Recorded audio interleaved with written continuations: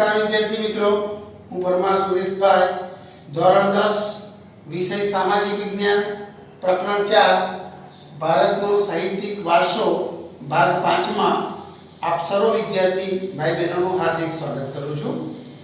મિત્રો, આપણે આજના વિડિયોની અંદર અમીર ખુસરો કે જે આપણે ગયા વખત થોડી એની વાત કરી હતી, એવા એક વ્યક્તિ કે જે સંગીતકાર, રહસ્યવાદી સંત અને સાથે સાથે ઇતિહાસકાર છે, તો એનો આપણે પરિચય મેળવીએ.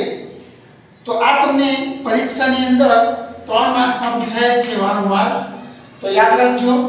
અમીર ખુસરોનો પરિચય આપો. મિત્રો, અમીર ખુસરો દિલ્હીના સલ્તનત કાળના સૌથી મહાન સાહિત્યકાર ગણાય છે.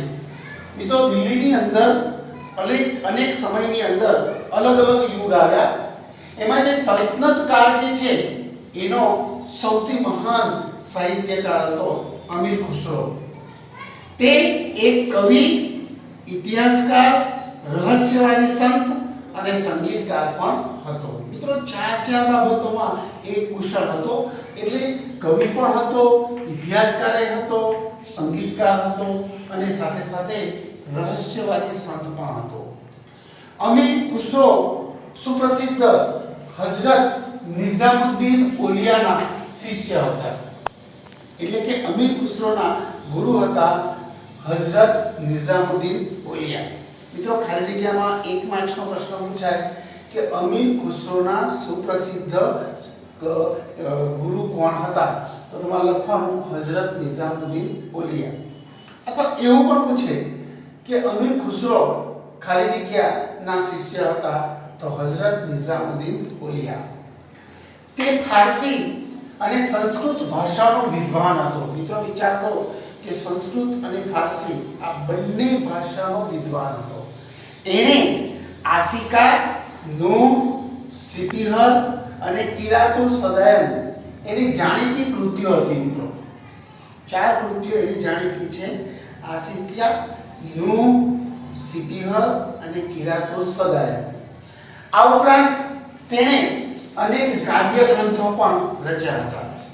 સાથે સાથે કૃતિઓ તો રચી, પણ એણે કાવ્ય ગ્રંથો પણ રચ્યા હતા. અમીર ખુસરોને ભારતીય હોવા પર ગર્વ હતો. મિત્રો, આ એક આપણા માટે આનંદની વાત કહેવાય કે એ વ્યક્તિ પોતાને ભારતીય હોવા પર ગર્વ કરતો હતો અને એ ભારતને પૃથ્વી પરનું સ્વર્ગ માનતો હતો. દુનિયામાં અને પૃથ્વીમાં ભારત જ એક એવું છે કે જે સ્વર્ગ તરીકે ગણતો હતો. અને એણે એના પુસ્તકોની અંદર ભારતનું વાતાવરણ, ભારતની સુંદરતા, ભારતની ઇમારતો અને ભારતના જ્ઞાન વિજ્ઞાનના ભારોભાર વખાણ કર્યા છે. મિત્રો, એણે અમીર ખુસરોએ એને પોતાના જે પુસ્તકો લખ્યા, એ પુસ્તકોમાં ભારતનું વાતાવરણ, ભારતની સુંદરતા, ભારતના જે ઇમારતો અને ભારતના જ્ઞાન વિજ્ઞાનના એણે ભારોભાર વખાણ કર્યા છે.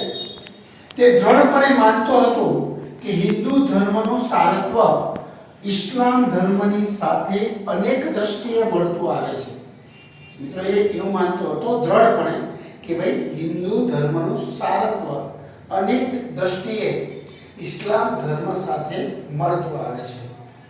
તે દિલ્હીની આજુબાજુના વિસ્તારોમાં બોલાતી હિન્દી ભાષાને પોતાની માતૃભાષા માનતો હતો.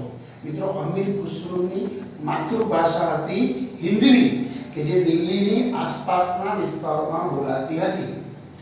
એને હિન્દી ભાષામાં પણ અનેક કાવ્યો રચ્યા હતા. તેને હિન્દી અને ફારસીનું સંમિશ્રણ કરી અને દ્વિભાષી ચોપાઈઓ અને દોહાઓ પણ રચ્યા હતા.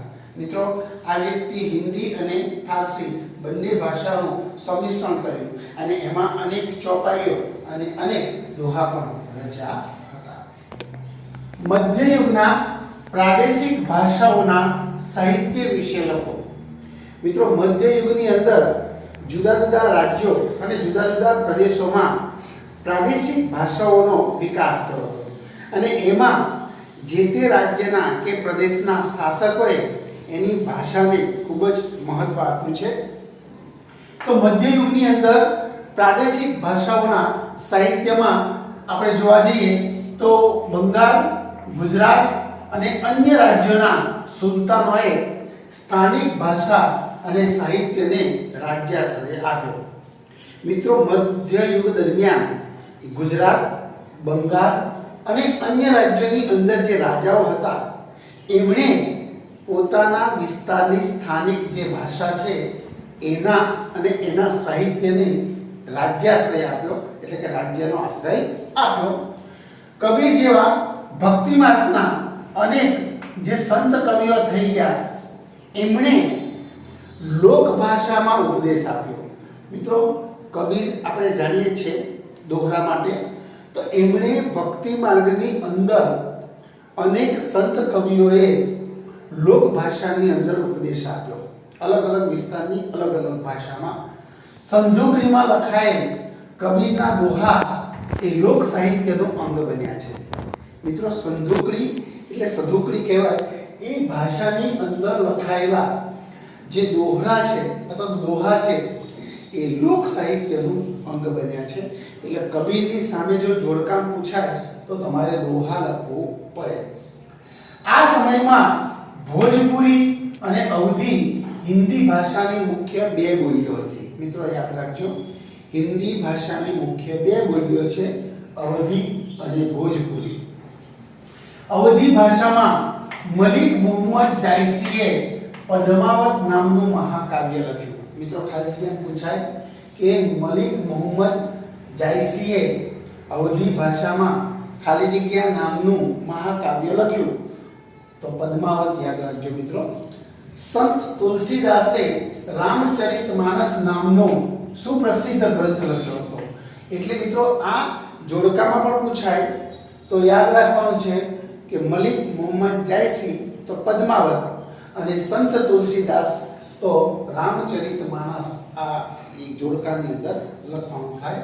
એટલે સંત તુલસીદાસે રામચરિતમાનસ નામનો સુપ્રસિદ્ધ ગ્રંથ લખ્યો. બંગાળની અંદર સુલતાનોનું પ્રોત્સાહન મળવાથી બંગાળી ભાષાની અંદર કુત્તિવાસ નામનો જે કવિ હતો એણે રામાયણ નામે એક જે ગ્રંથ છે એ ગ્રંથની રચના કરી. તો યાદ રાખજો, બંગાળી ભાષામાં કવિ કુત્તિવાસે રામાયણ અને કવિ ચંડીદાસે બંગાળી ભાષામાં સેંકડો ગીતો રચ્યા હતા. બંગાળમાં સંત ચૈતન્ય મહાપ્રભુથી ભક્તિ ગીતો લખવાની પરંપરા શરૂ થઈ. મિત્રો, યાદ રાખજો કે બંગાળની અંદર સંત ચૈતન્ય મહાપ્રભુ થઈ ગયા, એના સમયથી ભક્તિ ગીતો લખવાની જે પરંપરા છે એ શરૂ થઈ ગઈ. એમાં ખાસ કરીને નરસિંહ મહેતા એ ગુજરાતી ભાષામાં અને સંત નામદેવ અને એકનાથે મરાઠી ભાષાની અંદર ભક્તિ ગીતો રચ્યા હતા. આપણા ગુજરાતી ભાષામાં નરસિંહ મહેતા અને મરાઠી ભાષામાં સંત એકનાથ અને સંત નામદેવે એ ભક્તિ ગીતો રચ્યા હતા. કાશ્મીરમાં જૈનુલ અબિદીનના આશ્રયે મહાભારત અને રાજતરંગીણી આ બંને ગ્રંથો સંસ્કૃત ગ્રંથોનો ફારસી ભાષામાં અનુવાદ થયો. મિત્રો, કાશ્મીરમાં જૈનુલ અબિદીન હતા, એણે મહાભારત અને રાજતરંગીણી આ બંને સંસ્કૃત ભાષાના ગ્રંથોનો ફારસી ભાષામાં અનુવાદ કર્યો હતો. ભારતમાં ઉર્દુ ભાષાના વિકાસનો પરિચય આપો. ભારતમાં ઉર્દુ ભાષાનો જન્મ મધ્યયુગ દરમિયાન થયો હતો. આ સમય જતાં નવી ભાષા સાહિત્યની દ્રષ્ટિએ સૌથી સમૃદ્ધ ગણાતી ભારતની અન્ય ભાષાઓમાં ઉર્દુ એ સમકક્ષ બની. ઉર્દુ ભાષામાં વલી, મીર તકી મીર, નજીર અકબરાબાદી, અસદુલ્લા ખાન અને ગાલિબ જેવા મહાન કવિઓ થઈ ગયા.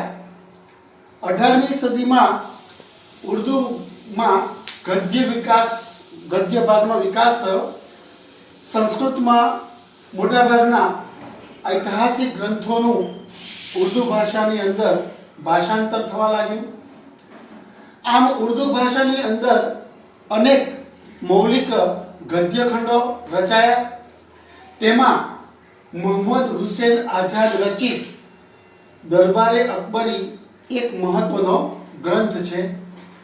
આમ આ ભારતની અંદર મધ્યયુગ દરમિયાન ભારતીય ભાષાઓમાં થયેલા નવલકથાના વિકાસની સાથે ઉર્દુ નવલકથાનો પણ વિકાસ થયો.